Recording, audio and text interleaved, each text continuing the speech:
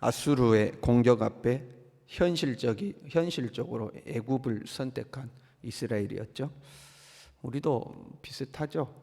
삶에 고난이 찾아오면 나를 도와줄 사람이 어디 없는가 하고 찾는 거 아닙니까?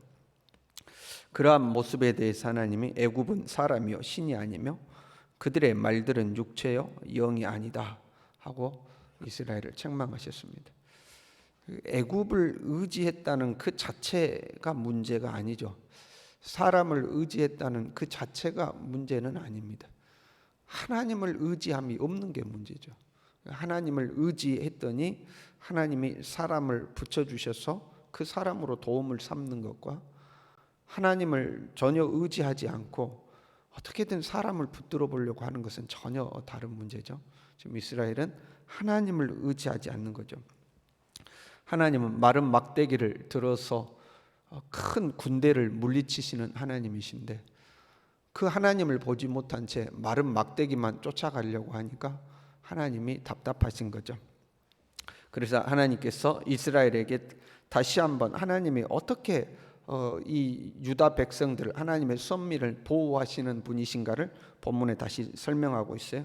전반전에 31장 전반에는 너희들 왜 그렇게 헛된 것들을 의지하냐 이렇게 책망해 놓고 오늘 본문의 말씀에는 내가 너희를 보호하는 하나님이다 하고 이제 설명하시는 거예요.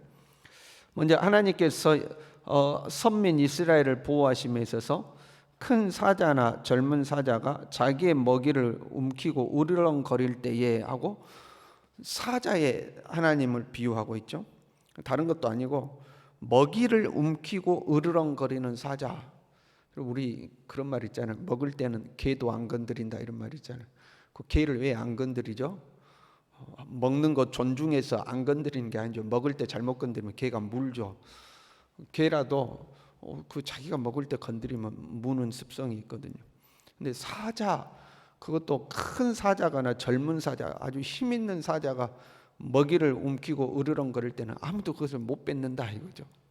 그럴 때 여러 목자를 불러왔다 할지라도 절대 사자 그 목자 앞에 물러서지 않는다 이제 이런 말씀이거든요. 너희들이 아수르의 큰 군대가 이스라엘을 치러 온다 할지라도 하나님이 으르렁거리는 사자처럼 너희들 충분히 보호할 수 있다. 너희들을 위해서 싸우실 것이다. 먹이를 움켜쥔 사자처럼 너희를 위해서 싸우실 것이다 하고 이제 설명하는 거죠. 또 한편으로 새가 날개치며 그 새끼를 보호함 같이 만군의 여호와가 예루살렘을 보호할 것이다. 독수리가 날개치며 자기 새끼들을 보호하는 것처럼 하나님께서 만군의 여호와께서 예루살렘을 보호할 것이다. 그러니 너희는 하나님을 의지해라 이제 이런 말씀이죠. 그럼에도 불구하고 이스라엘은 끝까지 애굽을 의지하다가 망하는 거죠. 하나님을 의지하지 못하고 현실적으로 눈에 보이는 힘 있는 사람을 붙잡는 거죠. 왜냐하면 하나님을 의지하기 위해서는 믿음이 필요합니다. 사람은 당장 눈에 보이고 내 손에 잡히니까 어떻게든 붙잡으면 돼요. 그런데 그 보이지 않는 하나님을 붙잡기 위해서는 내 손에 안 잡히잖아요. 믿음이 필요한 거죠. 사람은 나의 이 두 손으로 붙들면 되지만 하나님은 믿음의 손으로만 붙잡을 수가 있거든요. 근데 그 믿음이 없는 거죠. 실제로 믿음이 있는 사람들은 하나님께서 나를 위하여 싸우신다 하는 것을 믿었기 때문에 실제로 나를 위해 싸우시는 하나님의 능력을 경험하게 되죠. 모세가 홍해 앞에서 두려워 떠는 이스라엘 백성들에게 이렇게 이야기했어요. 여호와께서 너희를 위하여 싸우시리니 너희는 가만히 있을지어다. 여호와께서 싸울 것이다. 저 애굽 군대 하나님께서 싸우실 것이다. 그리고 실제로 홍해를 가르시는 하나님을 경험하게 되죠. 여호수아는 이제 하나님의 부름이 가까웠음을 알고 고별 설교를 할 때 이렇게 고백했어요. 너희 하나님 여호와 그는 너희를 위하여 싸우신 자신이라. 싸우신 과거형으로 썼습니다. 이미 이 가나안 땅을 정복해 갈 때 하나님께서 우리를 위해 싸우셨다 하는 거죠. 너희 중 한 사람이 1000명을 쫓으리니 이는 너희 하나님 여호와 그가 너희에게 말씀하신 것 같이 너희를 위하여 싸우심이라. 혼자서 1000명을 이길 수 있다는 것. 왜? 네 힘으로 싸우는 것이 아니고 하나님이 우리를 위해서 싸우시기 때문에 한 명이 1000명을 물리칠 수 있다 하고 실제로 하나님이 나를 위해 싸움을 믿은 거죠. 다윗은 골리앗을 향하여 돌격해 가면서요, 전쟁은 여호와께 속하였다 하고 외쳤죠. 전쟁은 네가 들고 있는 칼과 무기와 창과 방패에 속한 게 아니고 여호와께 전쟁에 속한 것이라고 실제로 골리앗을 향해서 뛰어나갔고 골리앗을 물리칠 수가 있었죠. 믿음이 있는 자는 하나님이 나를 위하여 싸우신다는 것을 실제로 믿죠. 그 하나님을 믿음으로 붙잡죠. 그리고 하나님이 나를 위하여 싸우시는 것을 경험하게 되는 거죠. 믿음은 보이지 않는 것을 보이는 실제로 만들어내잖아요. 우리를 위하여 싸우시는 하나님을 굳건히 믿어야 할 줄로 믿습니다. 그리고 이 하나님의 능력을 덧입으려면 하나님께로 돌아와야 됩니다. 6절에 이렇게 이야기해요. 이스라엘 자손들아, 너희는 심히 거역하던 자에게로 돌아오라. 너희가 나를 거역했는데 나에게로 돌아와라. 나에게로 돌아오면 내가 먹이를 움켜쥔 젊은 사자처럼 너희를 위하여 싸울 것이다. 날개짓하며 새끼를 보호하는 새처럼 너희를 보호할 것이다. 나에게로 돌아오라 하고 이야기하고 있죠. 이 돌아오다라는 단어는요, 이 두 가지로 나눠서 이해할 수 있습니다.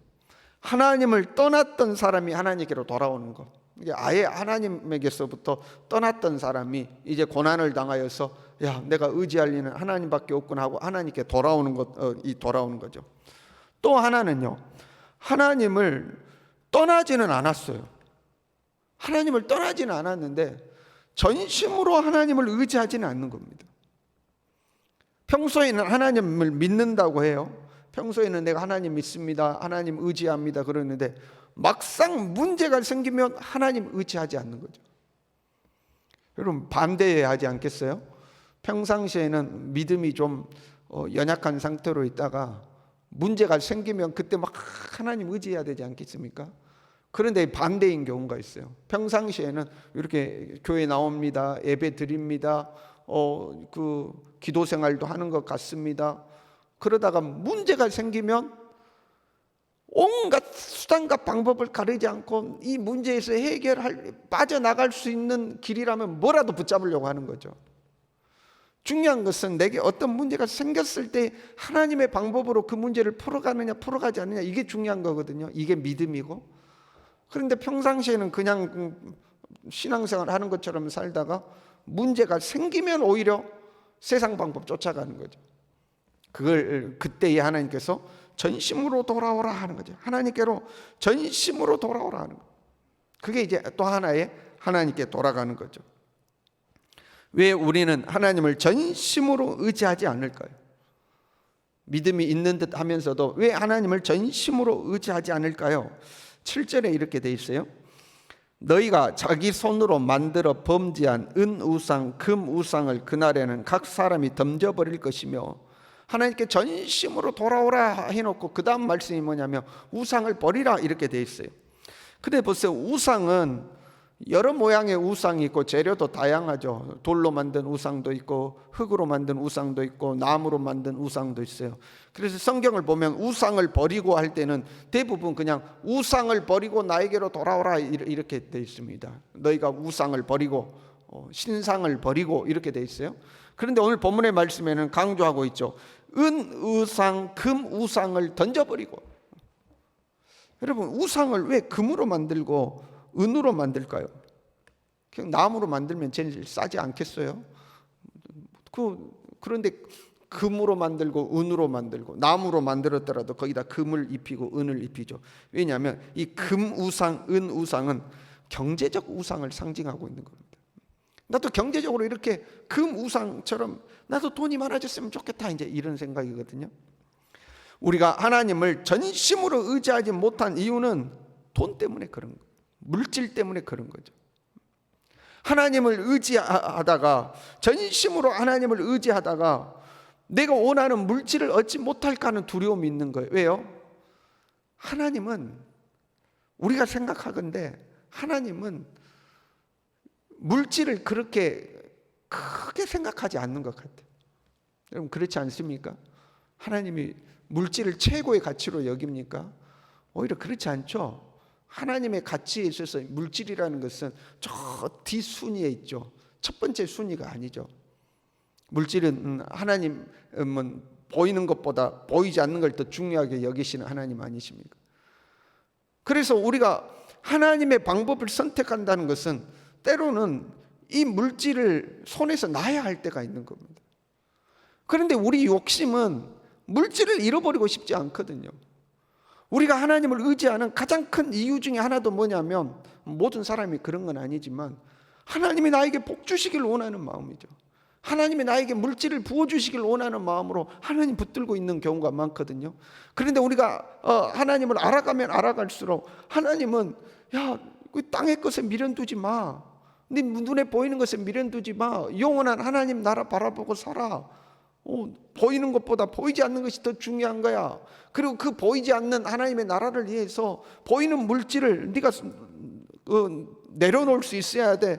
헌신할 수 있어야 돼. 하나님 우리에게 이렇게 요구하시는 거죠. 그래서 이 하나님을 의지하기보다는, 하나님의 방법을 선택하기보다는 우리는 세상의 방법을 의지하려고 할 때가 많은 거죠. 그래야 내 물질을 지켜낼 수 있는 것 같죠. 여러분 한번 생각해 봐요. 믿음으로 살면 돈이 안 생겨요. 그런데 믿음 버리고 살면 돈이 생겨요. 그럼 여러분 어떻게 하시겠습니까? 전심으로 하나님 의지하면 돈이 안 생겨요. 그런데 살짝 대충만 의지하고 내 방법대로 살면 돈이 생겨요. 여러분 그러면 어떻게 하시겠습니까? 신앙생활 대충 하면 나한테 막 돈이 생겨요. 그런데 성령 충만하면 내 돈이 오히려 나가요. 그럼 여러분 어떻게 하시겠습니까? 그래도 하나님 전심으로 의지하겠습니까? 그래도 성령 충만 사모하시겠습니까? 막 성령이 충만해서 내 안에서 성령께서 너 여기에다 돈 써라, 이 사람 도와라, 저기 선교지 도와라, 막 돈을 쓰라고 그래요. 그래도 성령 충만하시겠습니까? 새벽이라 아멘도 안 하시네. 그 갈등이 있는 거죠. 시간은 드릴 수 있는데, 내 재능은 드릴 수 있는데 물질을 내놓으라고 하면 거기에선 주저하는 겁니다. 많은 사람들이 은혜를 받다가도 헌금 이야기 나오면 은혜가 없어져. 우리 또 헌금 이야기.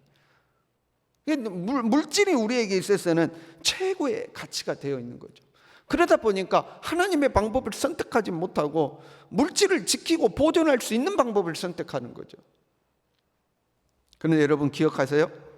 하나님은 우리의 것을 빼앗아 가시는 불량배가 아니시죠. 그렇잖아요. 하나님이 야 내놔, 이 자식 봐라, 내놔. 그럼 불량배 아니시죠. 하나님이 우리에게 뭔가를 요구하시면 하나님은 반드시 더 좋은 것으로 우리에게 갚아주시는 하나님이신 줄로 믿습니다. 하나님이 약속하고 있잖아요. 젊은 사자가 자기의 먹이를 움키고 으르렁거리는 것처럼 우리를 지키시겠다고 약속하고 있잖아요. 독수리가 날개를 치며 자기 새끼를 보호하는 것처럼 우리를 보호하시겠다고 약속하고 계시잖아요. 그럼 우리는 그 하나님을 믿으면 되는 겁니다. 당장에 내게 물질이 나가는 것 같아도, 내가 원하는 것만큼 물질이 내 손에 쥐어지지 않는 것 같아도 나를 책임지시겠다는 이 하나님을 믿으면 되는 거죠. 적당히 믿는 것이 아니라 전심으로 하나님을 믿고 살아가는 우리들이 될 수 있기를 바랍니다. 지금처럼 신앙생활 하다가 문제 생기면 큰일 났다, 내 물질 이러다가 나 잃게 생겼다, 어떻게든 이거 지켜야 돼, 세상으로 나가는 것이 아니라 오히려 하나님을 전심으로 의지하고, 젊은 사자가 으르렁거리면 나를 지키시는 하나님, 난 오직 이 하나님만 의지하겠다, 이 믿음으로 살아가는 저와 여러분 될 수 있기를 바랍니다. 기도하겠습니다.